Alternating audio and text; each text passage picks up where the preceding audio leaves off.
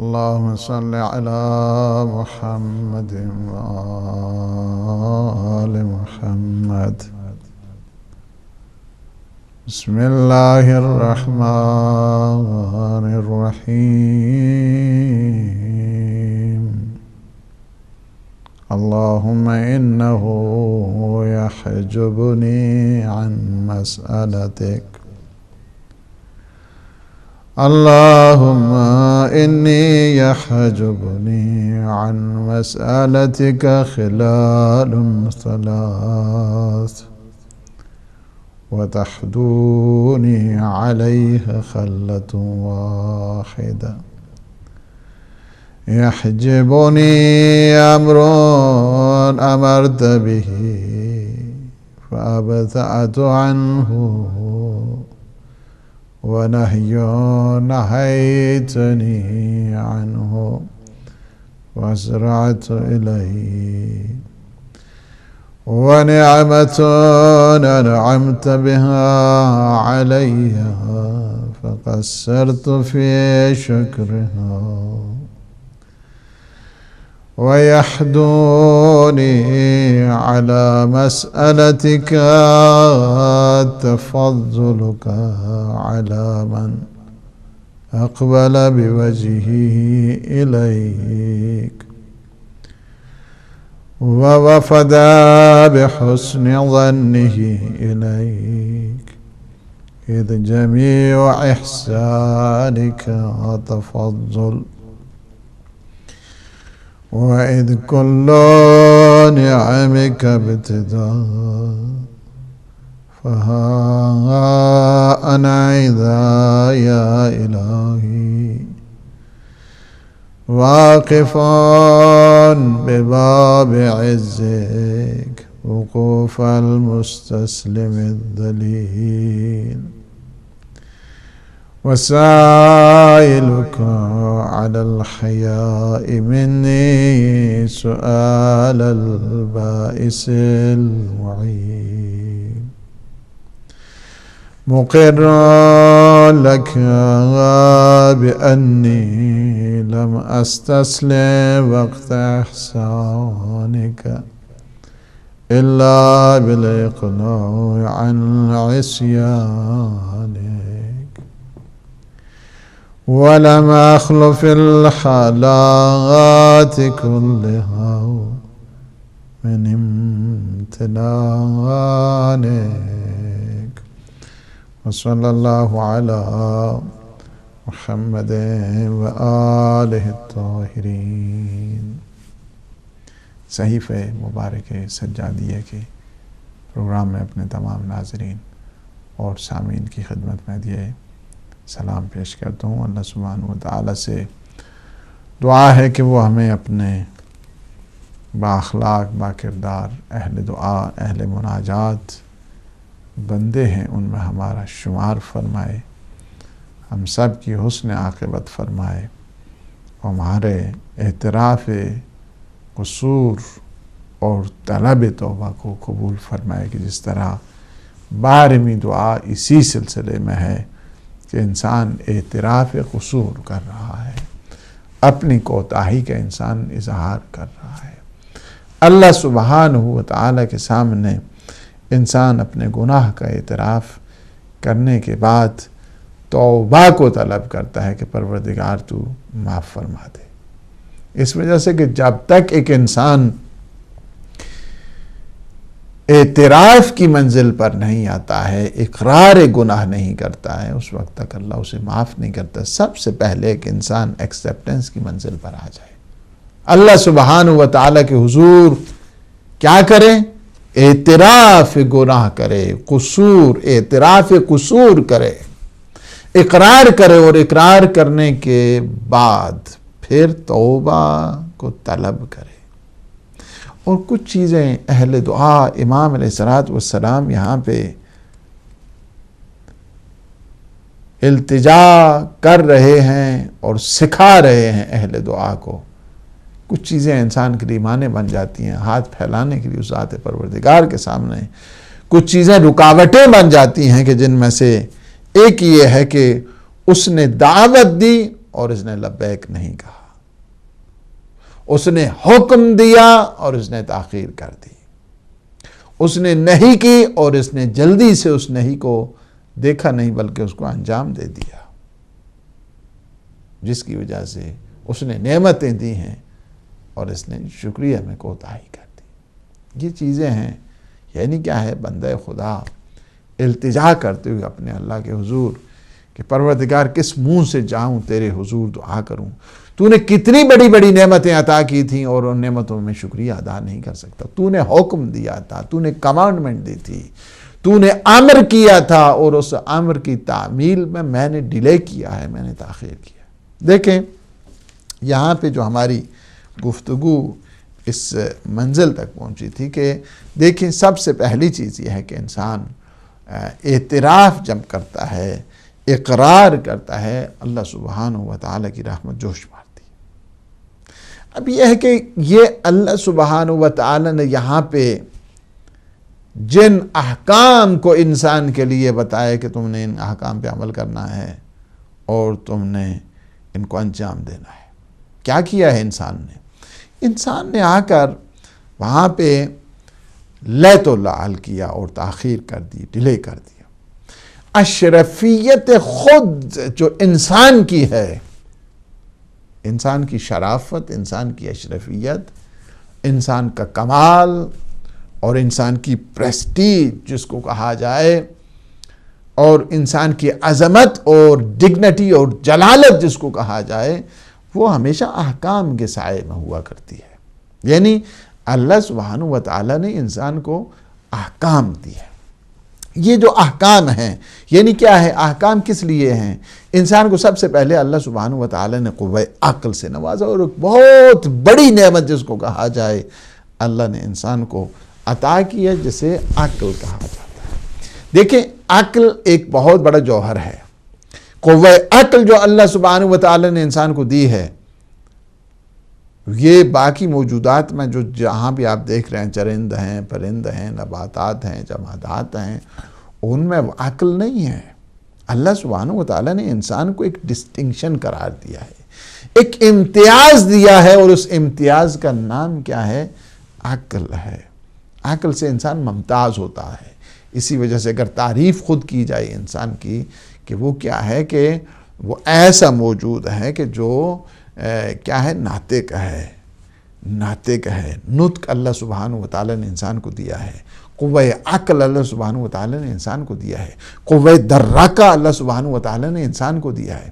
تو یہ جو اللہ نے اسے عقل جیسی نعمت عطا کی ہے، عقل بھی دیا ہے، اس کے ساتھ ساتھ پھر اسے اختیار بھی دیا ہے۔ عقل تو مثلا ملائکہ میں موجود ہے، وہ بھی عاقل مخلوق ہے اللہ سبحانہ و تعالیٰ کی، لیکن اس میں اختیار بھی انسان کو اللہ نے عقل بھی دیا اور اس کے ساتھ اختیار دیا ہے۔ یعنی یہ ہے کہ یہ اپنی چوائس کے اعتبار سے کام کرتا ہے، یہ اپنی ول کے اعتبار سے کام کرتا ہے، یہ اپنے ارادے کے اعتبار سے کام کرتا ہے۔ چاہے تو یہ اچھائی کرے، چاہے تو یہ برائی کرے، یہ دونوں خود انسان کے اختیار میں ہیں۔ ملائکہ میں یہ چیز نہیں ہے، ملائکہ میں یہ چیز نہیں ہے۔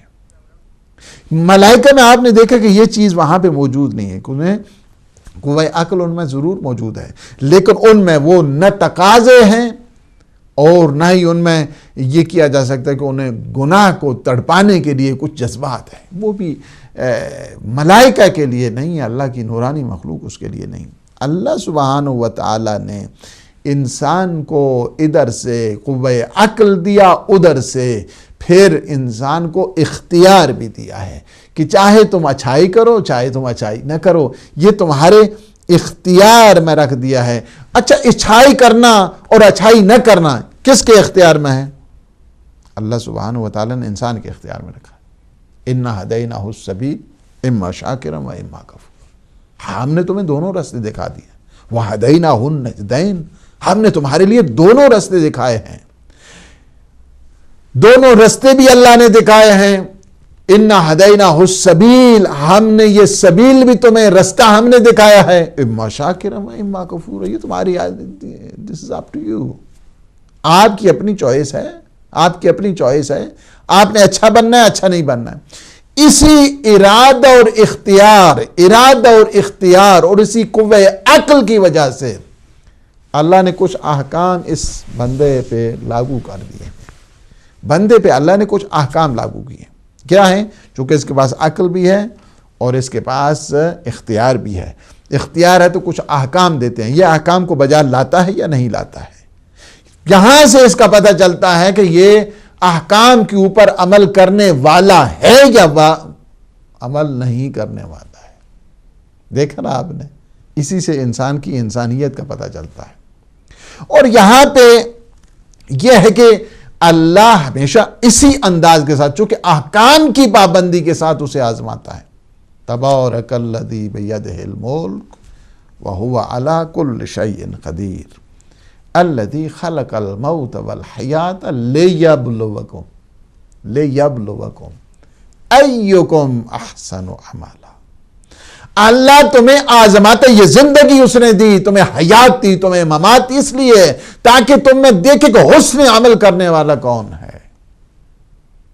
کیا ہے؟ اس نے احکام دیے، اب دیکھنا چاہتا ہے کہ اس میں حسن عمل کرنے والا کون ہے. اس وجہ سے یعنی حسن عمل کرنے والا کون ہے اور عمل کو برباد کرنے والا کون ہے. اور یہاں پہ یہ نہیں ہے کہ اللہ سبحانہ و تعالیٰ نے جو احکام دیے ہیں یہ عقائد ہیں انسان کے، کسی قسم کی کوئی جبر ہے، کسی قسم کی کوئی انفورسمنٹ ہے.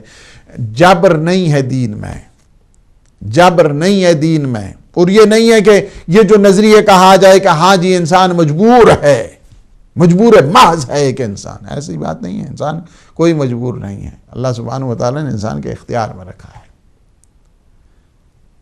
نہ مختار مطلق ہے نہ مجبور محض ہے. یہ دونوں نظریے غلط ہیں. مجبور محض کہنا یہ بھی غلط ہے اور مختار مطلق کہنا یہ بھی نظریہ غلط ہے. کیا ہے؟ الامر بین الامرین ہے.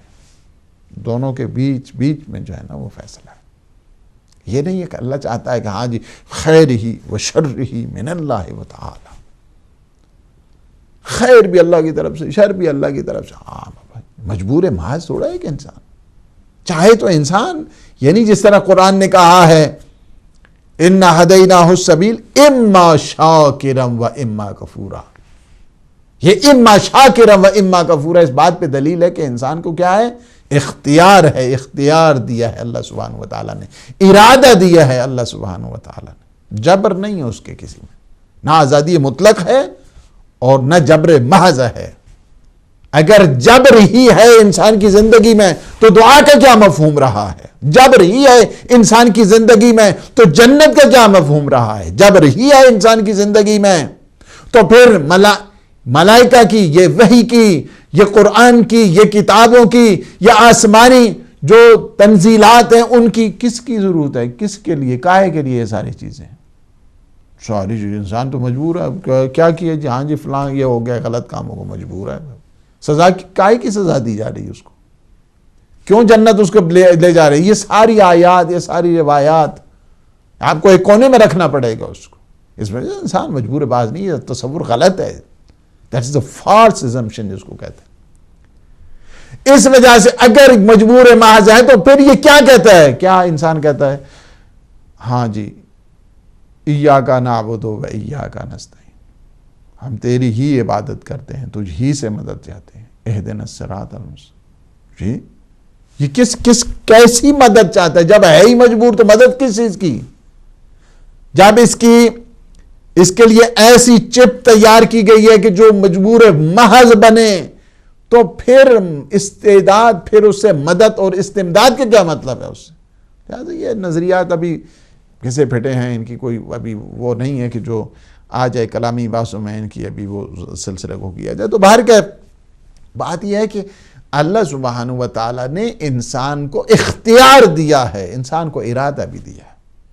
لا اکراہ فی الدین، یہ بھی کہہ دیا. دین میں کوئی جبر نہیں ہے، عقائد میں کوئی جبر نہیں ہے. ہر ایک اپنا نظریہ ہے، نظریے کے تحت ہے. تم اسے کنونس کرو، تم اسے بتاؤ، یہ کر سکتے ہو، لیکن کوئی انفورسمنٹ جو دین کے اندر ہے، انفورسمنٹ دین کے اندر آپ نہیں دیکھ سکتے. اب یہ احکام اللہ سبحانہ و تعالیٰ نے انسان کے لیے وضع کی ہیں، جعل کی ہے. ان احکام کے اوپر کون چلتا ہے، کون نہیں چلتا ہے. ٹھیک ہے؟ احکام کے اوپر کون چلتا ہے اور کون نہیں چلتا ہے؟ کیا اللہ کو نہیں پتا ہے کون چلتا ہے اور کون نہیں چلتا ہے؟ اللہ کو تو پتا ہے. پتا ہے یا نہیں اللہ کو؟ اللہ سبحانہ و تعالیٰ کو سب کو پتا ہے کہ کون اس پہ عمل کرنے والا ہے، کون اس پہ عمل نہیں کرنے والا ہے. اس لیے کہ وہ کیا ہے؟ عالم مطلق ہے، العلم ہے اللہ سبحانہ و تعالیٰ کے ساتھ. ہر ایک کے بارے میں جو علم تفصیلی ہے، ان ڈیٹیل ہر ایک کے بارے میں وہ جانتا ہے کہ اس نے کیا بننا ہے، کیا ہونا ہے. یہ کیا ہے کہ السعید سعید فی بطن امہ والشقی شقی فی بطن امہ. اللہ سبحانہ و تعالیٰ کو سب پتا ہے. اچھا جب سب پتا ہے تو پھر کیا ضرورت ہے ان احکام پہ عمل؟ اتنی خواہ مخواہ جو ہے نا کرنے کے لیے، یہ تم کر دو گے تو ہم تمہیں یہ دے دیں گے، یہ تم کرو گے تو ہم تمہیں یہ دیں گے. تم اس طرح تقریباً مور دین 100 جو آیات ہیں عمل صالح کی، ایمان کے ساتھ عمل صالح کے ساتھ جوڑ کر اس بات کو بتا دیے اگر تم عمل نہیں کرو گے. اس وجہ سے یہاں پہ یہ ہے کہ یعنی کیا ہے کہ دین کی جو بنیاد ہے، ایک چیز توجہ کریں، دین کی جو بنیاد ہے آزادی کے اوپر ہے. اچھا دین کی بنیاد جو ہے نا عمل کے ساتھ بھی ہے. ایسا بھی نہیں ہے کہ انسان بے عمل جو ہے نا وہ اسے کہا جائے بڑا بہت ہی دیندار ہے، مجبور ہے، محض ہے، ہاں جو وہ بڑا دیندار ہے. نہیں، وہ کیا دیندار ہوگا؟ اللہ سبحانہ بات جہاں تک جو پہنچ گئی، اللہ سبحانہ و تعالیٰ کو سب پتا ہے کون اس پہ احکام پہ عمل کرے گا، کون احکام پہ عمل نہیں کرے گا. تو پھر احکام انہی کے لیے وضع کرے کہ جو سب کے لیے ہیں، یا ان کے لیے کہ جو عمل پر پیرا ہونے والے ہیں؟ نہیں، اللہ سبحانہ و تعالیٰ کو سب پتا ہے. پتا ہے یہ جو فرد ہے نا، اس پہ میں نے جتنے احکام لاگو کیے ہیں، جتنے اوامر کیے ہیں، جتنی میں نے کمانڈمنٹس کیے ہیں، اس کو یہ عمل، اس کو انجام نہیں دے گا. اللہ کے علم میں ہے، لیکن اللہ اپنے علم سے جو ذاتی علم ہے اس کا، کسی فرد کے بارے میں اس پہ فیصلہ نہیں کرتا ہے، بلکہ اس کا معیار چھوڑ دیتا ہے عمل کے اوپر، حکم کی پابندی کے اوپر، احکام کی بجا آوری کے اوپر. کیوں؟ اس وجہ سے کہ دین کی بنیاد آزادی کے اوپر ہے. ورنہ وہیں سے گلا مروڑ دیتا، کہتا اچھا میرے احکام کو تم وائلیٹ کر رہے ہو، میرے احکام کو تم وائلیٹ کر رہے ہو، لہٰذا ابھی سے فنش. اللہ چاہتا تو یہ شیطان کے بارے میں کر سکتا تھا، فخرج جب وہاں سے اپنی بارگاہ سے نکالا ہے تو یہی کر سکتا تھا. کیا کر سکتا ہے؟ شیطان کیا ہے؟ شیطان کے چیلے کیا کر سکتے ہیں؟ لیکن کیا ہے، اللہ سبحانہ و تعالیٰ نے یہاں پہ آزادی دی ہے، جبر نہیں ہے، اختیار دیا ہے، جس کی بنیاد پہ، اسی ارادہ اور اختیار کی بنیاد پہ بہت سارے چل پھر رہے ہیں، کھا پی رہے ہیں اور زندہ ہیں. ورنہ اگر جبر کا مسئلہ ہوتا تو وہ وہیں پہ انسان کیا کر سکتا ہے اس ارادہ. اگر ایک لمحہ بھی لطف خدا منقطع ہو جائے تو جہان کیا ہے، انسان کیا، پورا جہان یکدم فنا ہو جائے، اس کے لیے تو کچھ نہیں ہے. لیکن کیا ہے کہ اللہ اپنے جو ذاتی علم جس کو کہا جائے، اس ذاتی علم کو کسی فرد کے بارے میں استعمال نہیں کرتا، جبکہ اسے پتا ہوتا ہے کہ یہ، جس طرح آپ مثلا چھوٹی سی مثال دے دیں، جس طرح استاد کو خبر ہوتی ہے، معلم کو، ایک ٹیچر کو خبر ہوتی ہے کہ یہ جتنے اس کی کلاس میں ہے کون سا بچہ پاس ہونے والا ہے، کون سا بچہ فیل ہونے والا ہے، اس کو خبر ہوتی ہے کیونکہ وہ پڑھاتا ہے، وہ جانتا ہے، ان کی استعداد کو جانتا ہے، ان کی صلاحیتوں کو جانتا ہے. اسی طرح اللہ سبحانہ و تعالیٰ سب کے بارے میں ان ڈیٹیل جانتا ہے. یہ ہے کہ اس کا جو دار و مدار ہے، یعنی اسے چونکہ جب اس نے ارادہ اور اختیار دیا ہے، اب اس کے ارادہ اور اختیار کو اللہ سبحانہ و تعالیٰ پھر دخل تصرف نہیں کرتا ہے. کہتا نہیں، ہم نے دے دیا، ہم نے تمہیں گرانٹ کیا یہ ارادہ اور اختیار، اور ہم تمہیں ایک دن تم سے پوچھیں گے، اِنَّ إِلَيْنَا إِيَابَهُمْ، تم آؤ گے نا ہمارے پاس، پھر ہم سے تم سے پوچھیں گے، پھر ہم تم سے حساب لیں گے، تم سے پوچھا جائے گا. اسی طرح نہیں ہے، تمہاری اکاؤنٹیبلٹی ضرور ہے، لیکن یہ جو لیمیٹیشن ہے یہاں پہ اس دنیا میں، تمہیں یہاں پہ کچھ کر کے دکھانا ہے. اس اعتبار کے ساتھ جب ایک انسان ہے تو انسان کی شان یہ ہے کہ جو اللہ سبحانہ و تعالیٰ نے اس پہ احکام نازل کیے ہیں، حضرت انسان کو چاہیے کہ ان احکام پر انسان عمل کرے، تو پھر تو اس کی اشرفیت ہے. اگر اسی طرح نہیں، بس بناتا رہے اور جو مرضی ہے اس پہ وہ عمل کرتا رہے، تو وہ ایک رولز اور جو ریگولیشنز ہیں الہی ان سے وہ کام نہیں کر رہا ہے، اور اسے صحیح معنوں میں اس کی کوئی اشرفیت نہیں ہے۔ اشرف المخلوقات کو ہر ایک انسان آتا ہے اشرف المخلوقات ہے، ہر انسان اشرف المخلوقات نہیں ہے۔ اشرف المخلوقات وہی ہیں کہ جو الہی قوانین پر چلنے والے ہیں، الہی احکام پہ چلنے والے ہیں، ورنہ قرآن نے خود نہیں کہہ دیا ہے اولئک کالانعام، اولئک کالانعام بل ہم اضل سبیلا، بلکہ یہ بدبخت جانوروں سے بھی زیادہ بدتر ہیں۔ اشرفیت ہر ایک کی تھوڑی، اشرفیت احکام کے سائے میں ہوا کرتی ہے کہ یہ احکام خدا کو انجام دیتا ہے یا نہیں دیتا ہے۔ مومن اگر حقیقی ہو جائے، حقیقی طور پہ جو مومن ہوا کرتا ہے، اس کی اللہ نے بڑی شان رکھی ہے، ملک مقرب اس کے مقابلے میں کچھ نہیں۔ جس طرح امام رضا علیہ السلام پیغمبر اسلام صلی اللہ علیہ وآلہ وسلم سے نقل فرماتے ہیں، اور یہ روایت ہے، کیا ہے؟ فرماتے ہیں مثل المؤمن عند اللہ عز وجل کمثل ملک مقرب، اللہ کے نزدیک ملک مقرب جیسی شان ہے مومن کی۔ پھر فرماتے ہیں نہیں، دیکھو وَإِنَّ الْمُؤْمِنَ عِنْدَ اللَّهِ عَزَّ وَجَلَّ أَعْظَمُ مِنْ ذَلِكَ، بلکہ حقیقی مومن تو وہ ہے کہ جس کی شان کیا ہے، ملک مقرب سے بھی بہت بلند و بالا ہے۔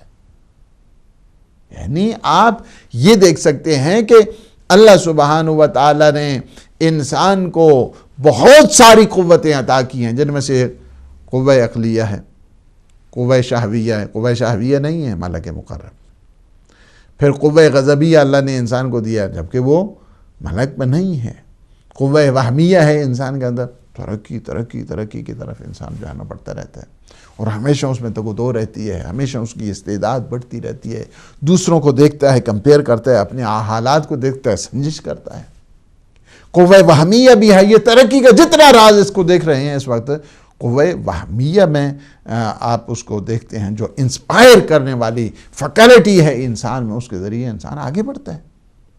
اگر کسی کہتے ہیں کہ ہاں جی فلاں نے گریجویشن کر لیا، کوئی بات نہیں، میں پوسٹ گریجویشن کروں گا، اس نے ڈاکٹریٹ کر لیا ہے، ہم پوسٹ ڈاکٹریٹ کر لیں گے۔ یہ کیا ہے کہ اس نے فلاں کام کیا، میں اس سے بڑا کام، یہ جو انسپائر کرنے والی طاقت ہوتی ہے، یہ اللہ سبحانہ و تعالی نے قوہ وہمیہ، یہ بڑے بڑے انجن اللہ نے رکھ دیے ہیں، بڑے بڑے انجن ہیں، قوہ غضبیہ کی صورت میں، قوہ شہویہ کی صورت میں، قوہ عقلیہ کی صورت میں، ان سب کو مہار کرنے والی جو طاقت ہے اسے کہتے ہیں قوہ عقلیہ۔ یعنی قوہ عقلیہ کا کام یہ ہے کہ ہر ایک کو اعتدال میں لائے، ہر ایک کو بیلنس کرے، ہر ایک کا توازن برقرار رکھے، ہر ایک فیکلٹی کو چاہتا یہ ہے کہ وہ عدل کی بنیاد کے اوپر ان کی تقسیم بندی ہونی چاہیے۔ لیکن اگر قوہ عقل کے قابو نہ آئیں یہ طاقتیں، تو یہ ساری کی ساری وبال جان بن جاتی ہیں۔ آپ نے دیکھا کہ یہی قوہ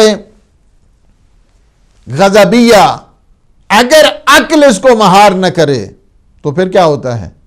جو بھی آئے اس کے سامنے چڑھ جائے، اس کو شکار سمجھتا ہے، اس کو یہ نہیں دیکھتا ہے یہ بچہ ہے، یہ جوان ہے، یہ بوڑھا ہے، یہ مرد ہے، یہ عورت، نہیں، جو بھی آتا ہے اس کے سامنے۔ جس طرح آپ نے دیکھا کہ جو عجیب و غریب قسم کی وہ کارپیٹ بمنگ کی گئی اور اس کے ذریعے کچھ نہیں دیکھا گیا وہاں پہ، نہیں، وہاں بستیاں رہتی ہیں، جوان رہتے ہیں، بچے رہتے ہیں، شیرخوار رہتے ہیں، دودھ پینے والے بچے ہوتے ہیں، مستورات ہوتی ہیں، رولز اینڈ ریگولیشن اپلائی ہوتے ہیں ہر ایک چیز کے لیے۔ نہیں ہوتا ہے کہ اس طرح جو چیز آئے اور وہاں پہ سب کو اڑا دو، نہیں۔ قوہ غضبیہ، غضب چونکہ جب اس کو مہار نہ کیا جائے عقل کے ذریعے، اب سارے پچھتا رہے ہیں، سارے ذلیل ہو گئے ہیں اس وقت، ذلت اور خواری کے ساتھ اس میں واپس لوٹ رہے ہیں، ذلیل ہو کر نام بلند کرتے تھے ہم جو ہے نا وہ عدل کر رہے ہیں، ہم نام بلند کرتے تھے ہم پیس جو ہے نا سیکیورٹی چاہتے ہیں، نام، یہ جھوٹے نعرے بلند کرنے والے۔ کیا ہے کہ قوہ غضبیہ اگر اس کو مہار نہ کیا جائے عقل کے ذریعے، تو اس قسم کے جو مفاسد ہیں آپ دیکھ رہے ہیں عالم میں اس وقت برباد ہو رہا ہے، اور ان ظالموں اور ان جابروں اور ان ڈکٹیٹروں کے اس تصرف میں ہے اس وقت پوری دنیا پہ جو ہے نا اس وقت یہ الغار ہو رہی ہے۔ اسی طرح قوہ شہویہ ہے، اگر عقل کے ذریعے اس کو مہار نہ کیا جائے، عقل کے ذریعے اگر اس کو مہار نہ کیا جائے تو کیا ہوتا ہے؟ یہی جو بھی چیز اس کے سامنے سارے کے سارے جو مفاد، چونکہ اپنے مفاد جس پر قوہ شہویہ کا غلبہ ہوتا ہے وہ کیا کرتا ہے؟ سوائے اپنے مفاد کے کوئی چیز اس کے سامنے نہیں ہوتی۔ یہ کشور کشائی دیکھ رہے ہیں، یہ زر پرستی دیکھ رہے ہیں، یہ جائیداد پرستی دیکھ رہے ہیں، یہ دنیا پرستی دیکھ رہے ہیں، یہ دوسرے ملکوں پہ قبضہ کرنا آپ دیکھ رہے ہیں، یہ دوسرے ملکوں کے ذخائر پہ قبضہ کرنا آپ دیکھ رہے ہیں، یہ سارے کا سارا یہی قوہ شہویہ کے وجہ سے ہے کہ اس کو مہار نہیں کیا گیا۔ جب اس کو مہار نہیں کیا گیا تو یہ نتیجہ نکلا ہے۔ نتیجہ کون سا نکلا ہے؟ نتیجہ یہ نکلا ہے کہ دوسروں کے ملکوں کے اوپر قبضہ کیا گیا، دوسروں کے ملکوں پہ جو ذخائر ہیں ان پہ قبضہ کیا گیا۔ یہی ہر دم سوچی رہتی ہے کہ کیسے جو ہے نا وہ مور سٹل مور، مور سٹل مور، مور سٹل مور، اس کی جو ہے نا جنگ، اور اس میں آگے جو ہے بڑھ رہے ہیں، حل من مزید، حل من مزید۔ وہ کیا ہے؟ یہی قوہ شہویہ کو اعتدال میں نہ لانے کی وجہ سے کتنے لوگ ہیں انہیں پتہ تھوڑا ہوتا ہے یہ حلال ہے یا حرام ہے، دیکھو ساری چیزیں چلنی رہنی ہیں، یار کچھ نہیں ہونا، کچھ نہیں ہونا، چلو چلنا رہنا۔ نہیں، اللہ نے جو عقل دی ہے، جو باعقل افراد ہوا کرتے ہیں، جنہیں اللہ نے شعور دیا ہے، جنہیں اللہ نے دانش دی ہے، جنہیں اللہ نے فکر دیا ہے، جنہیں اللہ نے صحیح عقیدہ دیا ہے، جو اللہ کے احکام پہ عمل کرتے ہیں، وہ نہیں دیکھتے، وہ دیکھیں لیگل اللیگل، لیگل اللیگل، حرام ہے حرام نہیں ہے، یہ حلال ہے، اس چیزوں کو وہ دیکھا کرتے ہیں، اس کے بعد اس پہ کہتے ہیں نہیں۔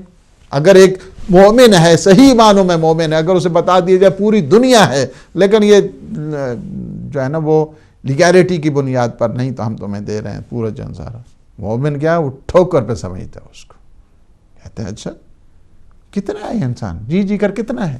یہ بڑے بڑے آپ نے طاغوت دیکھے، کیا بنا ان کا؟ یہ بڑے بڑے فرعون دیکھے، ان کا کیا بنا؟ یہ بڑے بڑے ہاتھی دیکھے، اب ان کا کیا بنا؟ ساری سوائے ہمیشہ عزت اللہ سبحانہ و تعالی، للہ العزت ولرسولہ، اللہ سبحانہ و تعالیٰ کے در پہ عزت انسان کو ملتی ہے، اس کے رسول کے در پہ اوپر انسان کو ملتی ہے، ایمان کے درجے پہ انسان پہنچنے سے انسان کو عزت ملتی ہے نہیں۔ تو باہر کے یہ ہے کہ انسان کو اپنا جو شرف سمجھنا ہے، انسان کا شرف احکام کے سائے میں ہے۔ احکام انسان کے دماغ کو اللہ سبحانہ و تعالیٰ نے جھنجھوڑا، اسے بتایا کہ تم دیکھو نیک بری، اور یہ کیا چیزیں ہیں؟ دیکھیں مثلا سورہ فاطر میں آپ 19 سے لے کر 22 نمبر جو آیتیں ہیں ان کو 19 till 22 وہاں پہ آپ جہاں وہاں پہ ان آیات کو دیکھیں، اور بہت فکر آویز قسم کی آیات ہے، اور انسان کے دل و دماغ کو، انسان کو ضمیر کو بیدار کرنے کے لیے فرمایا کہ وَمَا يَسْتَوِي الْأَعْمَى وَالْبَصِيرُ، نہیں، جو اندھا ہے، جو دیکھ رہا ہے، کیا یہ دونوں برابر ہیں؟ یہ دونوں تو برابر نہیں ہے نا۔ اب ایک ہی آنکھیں نہیں ہیں اور ایک کیا ہے؟ دیکھ رہا ہے، دونوں برابر ہو سکتے ہیں؟ یا ڈسیبل اور وہ فرد کے جو صلاحیتیں جس میں موجود ہیں، جس میں کیپیبلٹیز ہیں، اور جو صحت و سلامتی اور اس کے ساتھ ہیں، دونوں برابر ہیں؟ مریض اور صحت مند برابر ہوتے ہیں؟ نہیں۔ وَمَا يَسْتَوِي الْأَعْمَى وَالْبَصِيرُ، قرآن نے تو ایک جھنجھوڑا ہے ذہنوں کو، دماغ کو جھنجھوڑا ہے، دماغ کو بیدار کیا کہ تم دیکھو نہ، سنتے کیوں نہیں، سمجھتے کیوں نہیں ہو؟ اب جو احکام کے اوپر چل رہا ہے اور اسی طرح جو گلشرے اڑا رہا ہے، کیا دونوں برابر ہیں؟ کیسے ہو سکتا ہے؟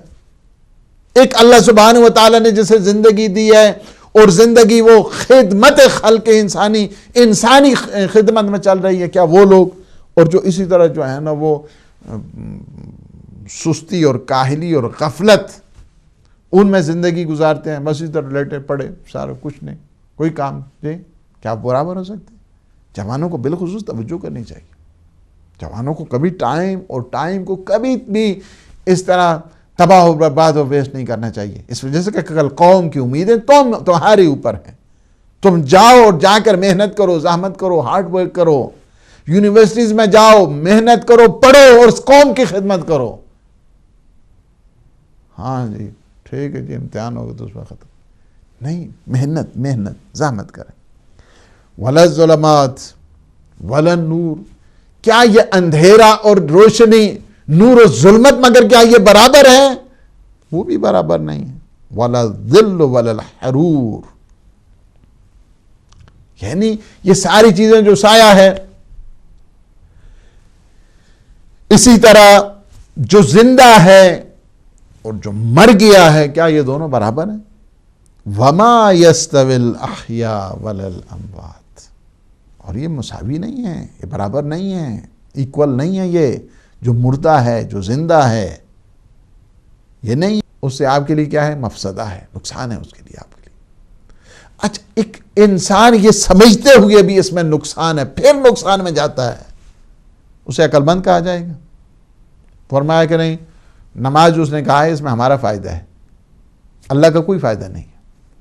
روزہ کہا ہے ہمارا فائدہ ہے، اللہ کا اس میں کوئی فائدہ نہیں ہے. حج کہا ہے ہمارا فائدہ ہے، اللہ کا اس میں فائدہ نہیں ہے. ہر ایک کی جو ہے نا فلسفی، اگر خود جناب سید سلام اللہ علیہ کے اس خطبہ مسجد کو ایک انسان دیکھتا ہے وہ حیران ہو جاتا ہے. وَجَعَلَ اللَّهُ الْإِيمَانَ تَطْهِيرًا لَكُم مِّنَ الشِّرْكِ، اللہ نے تم پر ایمان کو واجب قرار دیا ہے، واجب قرار دیا ہے تاکہ تم شرک سے محفوظ رہو. اچھا، ایمان کیا ہے؟ واجب ہے. کس لیے؟ شرک نہ ہو جائے. وَجَعَلَ الصَّلَاةَ تَنزِيهًا لَكُمْ عَنِ الْكِبْرِ، اللہ نے تم پر نماز کو واجب قرار دیا ہے. کس لیے واجب قرار دیا ہے؟ تاکہ تم میں تکبر نہ آئے. تکبر سے بچنا ہے، نماز پڑھا کرو، نماز پڑھا کرو. تکبر سے انسان کو بچاتی ہے نماز. یہ فلسفی آف ڈیوائن لا جس کو کہتے ہیں. اسی وجہ سے فرمایا کہ یہ انسان کو صوم اللہ نے اخلاص کا امتحان لینے کے لیے اللہ سے. حج کو اللہ نے واجب کیا ہے، والحج تشرییداً للدین، دین کی بقا اور سربلندی اور سرفرازی حج کے لیے ہوا کرتی. اللہ نے زکوٰۃ کو واجب کیا ہے نموءً فی الرزق، تمہارا تاکہ رزق زیادہ ہو جائے، رزق زیادہ ہو جائے. یعنی اللہ نے جتنے بھی احکام رکھے ہیں سب میں فرمایا کیا ہے؟ وہ اطاعت والدین کو اللہ نے رکھا. کس لیے؟ تاکہ تم غضب الہی سے بچے رہو. وَإِمَامَتُنَا، اور ہماری امامت کو اللہ نے واجب کیا کر دیا ہے. کس لیے؟ تاکہ تم فرقہ، تاکہ تم تفرقہ بازی اور انتشار اور اختلاف سے بچے رہو. جہاں نظریہ امامت نہیں ہے وہاں پہ اختلاف ہوتا ہے، جہاں نظریہ امامت نہیں وہاں پہ انتشار ہوتا ہے، جہاں نظریہ امامت نہیں وہاں پہ کرائسس ہوا کرتے ہیں.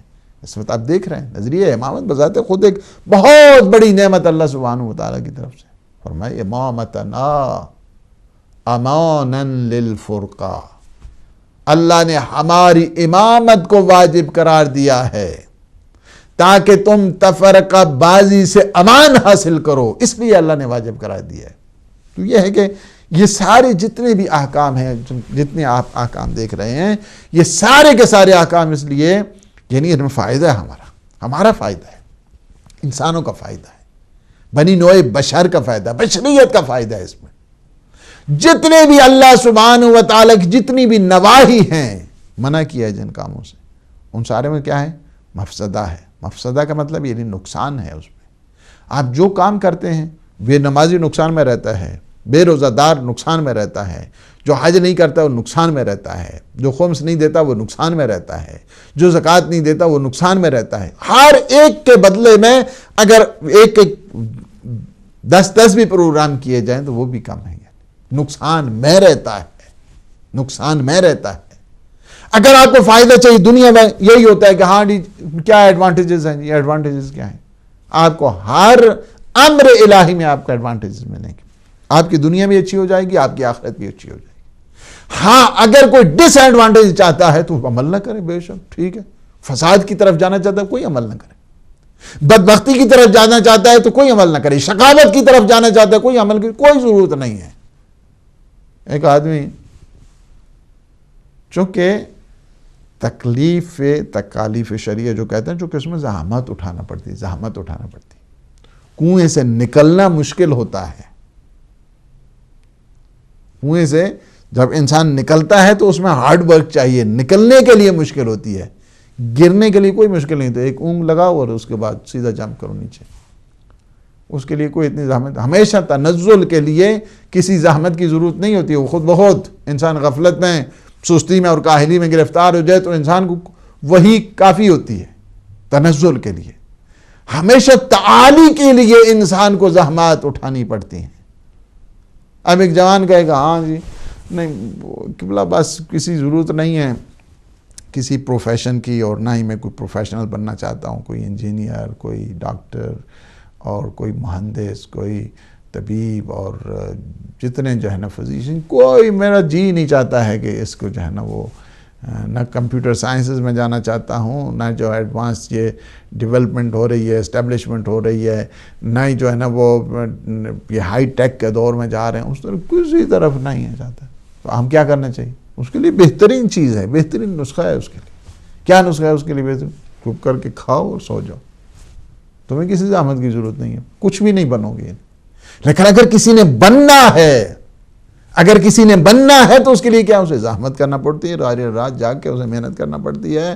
بڑی بڑی آپ جو ترقی نظر آیا نا، یہ زحمات کے نتیجے میں ہے، تکالیف کے نتیجے میں ہے، ہارڈ شپ اور ہارڈ ورک کے نتیجے میں ہے کہ انسان حاصل کرتا ہے، ورنہ اسی طرح نہیں، بغیر رنج کے انسان کبھی گنج حاصل نہیں کر سکتا۔ تو یہ ہے کہ یہ اس بات کی طرف کہ انسان جائے اور جتنے جو احکام شرعیہ ہیں ان تک پہنچے، اور اس وقت تک جب انسان احکام پہ عمل کرتا ہے اس کا نتیجہ کیا ہوتا ہے؟ اس کا نتیجہ یہ ہوتا ہے کہ خانہ دل منور ہو جاتا ہے، انسان کے دل اس میں تنویر آ جاتی ہے، انسان کے دل اس میں لائٹ آ جاتی ہے، درخشانی ہو جاتی ہے، روز بروز ایک انسان اس کے وجود میں یہ نورانیت اس میں اضافہ ہوتا جاتا ہے۔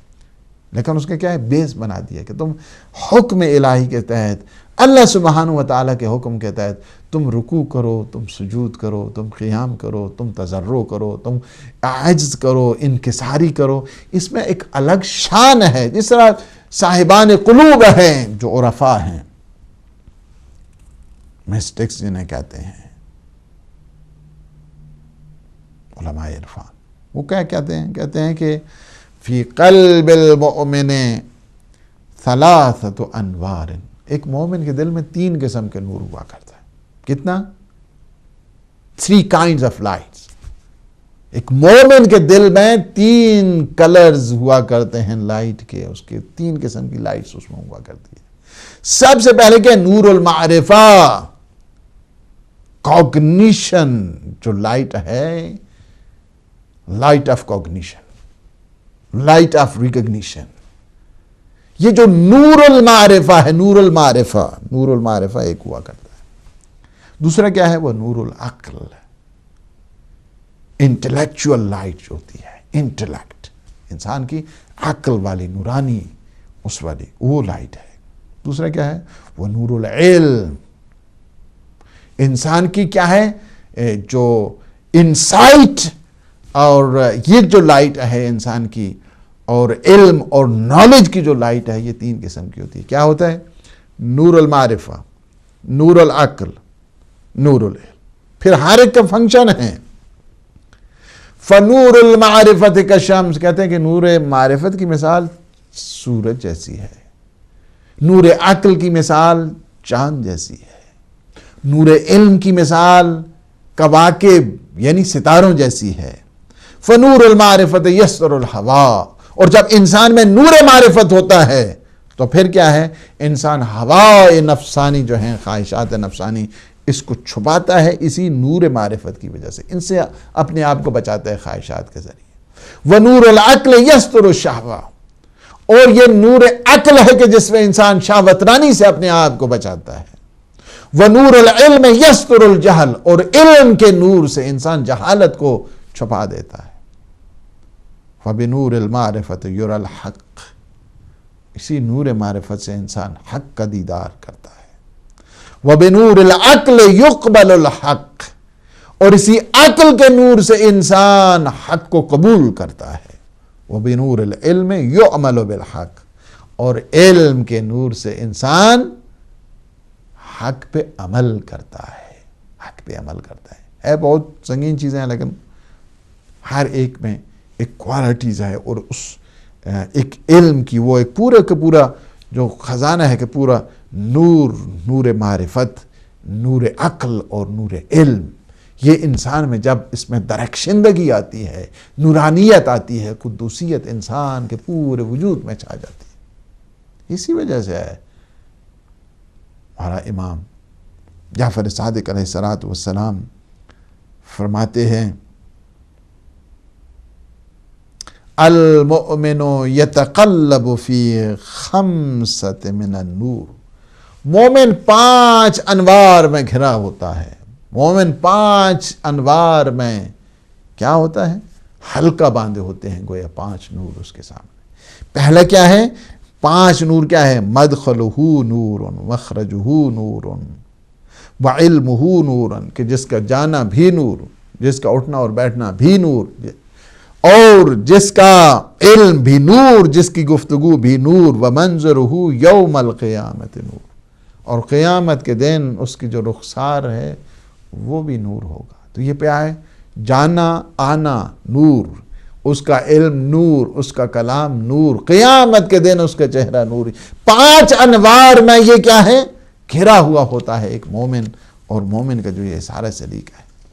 اور اسی وجہ سے آپ نے دیکھا کہ انہی قابلیتوں کی وجہ سے، چونکہ ایک مومن 5 انوار کے حصار میں زندگی گزار رہا ہوتا ہے، 5 انوار کے جب وہ حصار میں زندگی گزار رہا ہوتا ہے، اس کی زندگی بہت نورانی ہوتی ہے، بہت نورانی ہوتی ہے۔ اور اس کو سمجھنے کے لیے انہی قابلیتوں اور صلاحیتوں کی وجہ سے پیغمبر اسلام صلی اللہ علیہ وآلہ وسلم نے فرمایا کہ الناس معادن کمعادن الذہب والفضہ، انسان کی مثال کیا ہے؟ انسان کی مثال معادن جیسی ہے۔ معادن جہاں سے وہ جو اوریجن ہے ہر ہیرے اور ہر جواہر کا، معدن ہے ایک انسان۔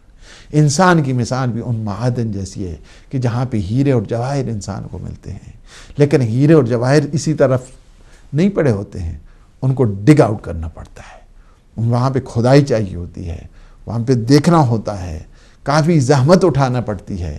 اسی طرح ہے کہ وہ جواہر پارے اگر ایک انسان چاہتا ہے انسان کے وجود سے نکالے تو اسے کافی، جس طرح زمین کی تہ سے جا کر انسان کو یہ سارے کے سارے جو کرامات ہیں، یہ سارے کے سارے فیض ہیں اللہ سبحانہ و تعالیٰ کے، انسان کو ملتے ہیں۔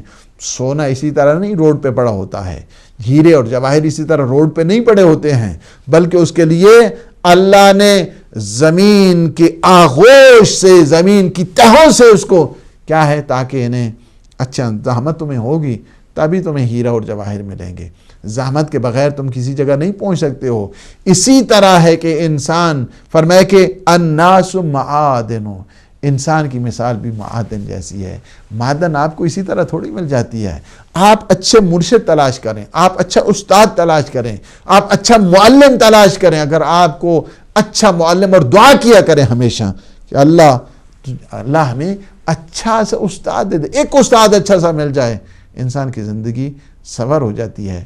اور یہ معدنیات کے جو انسان کے عقل اور شعور اور کلام اور علم اور معرفت، اس کی وجہ سے جب ایک انسان آگے بڑھتا ہے، یہ سارا چیزیں اسی طرح انسان کو حاصل نہیں ہوتی ہیں، بلکہ احکام کی بجا آوری کے ساتھ ہوا کرتی ہیں۔ احکام کے بغیر انسان کسی منزل تک نہیں پہنچ سکتا ہے۔ مجھے پاس امیر المومنین علی ابن ابی طالب علیہ السلام کا فرمان ہے، لیکن چونکہ اب وقت ہو رہا ہے عبادت کا اور اللہ سبحانہ و تعالیٰ کے حضور اللہ سبحانہ و تعالیٰ کا کہ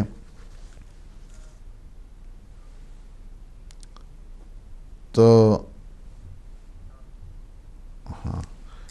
کچھ کالیں تھیں میں انہیں لے نہیں سکا، اور دعا کی ہے، بعض آج نئی ممبرشپ بھی لی ہے مجھے بتا رہے ہیں، اور کنٹرول روم سے، اور انہوں نے بعض نے ہمارے سسٹر ہیں، کیا نام بتایا، مسز کبرا حسین اور برمنگھم سے انہوں نے پورے سال کے اور انہوں نے ممبرشپ بھی لے لی ہے.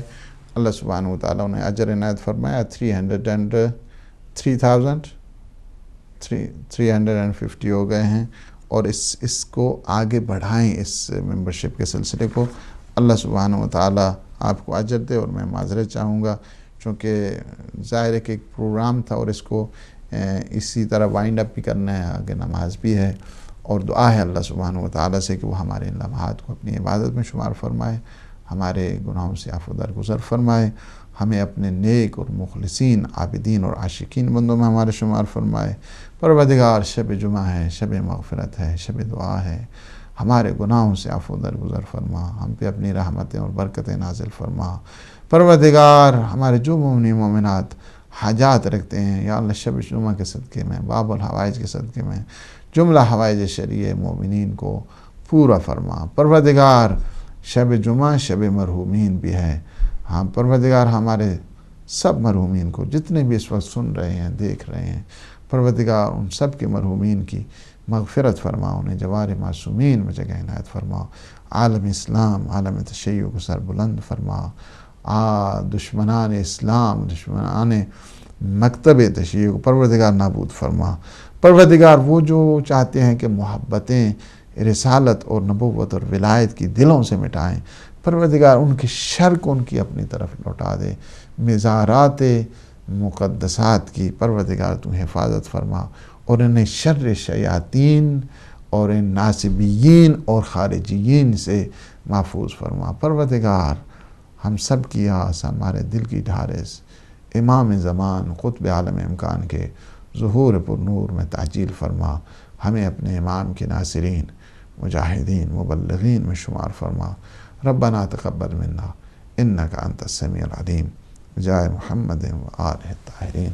السلام علیکم ورحمۃ اللہ وبرکاتہ.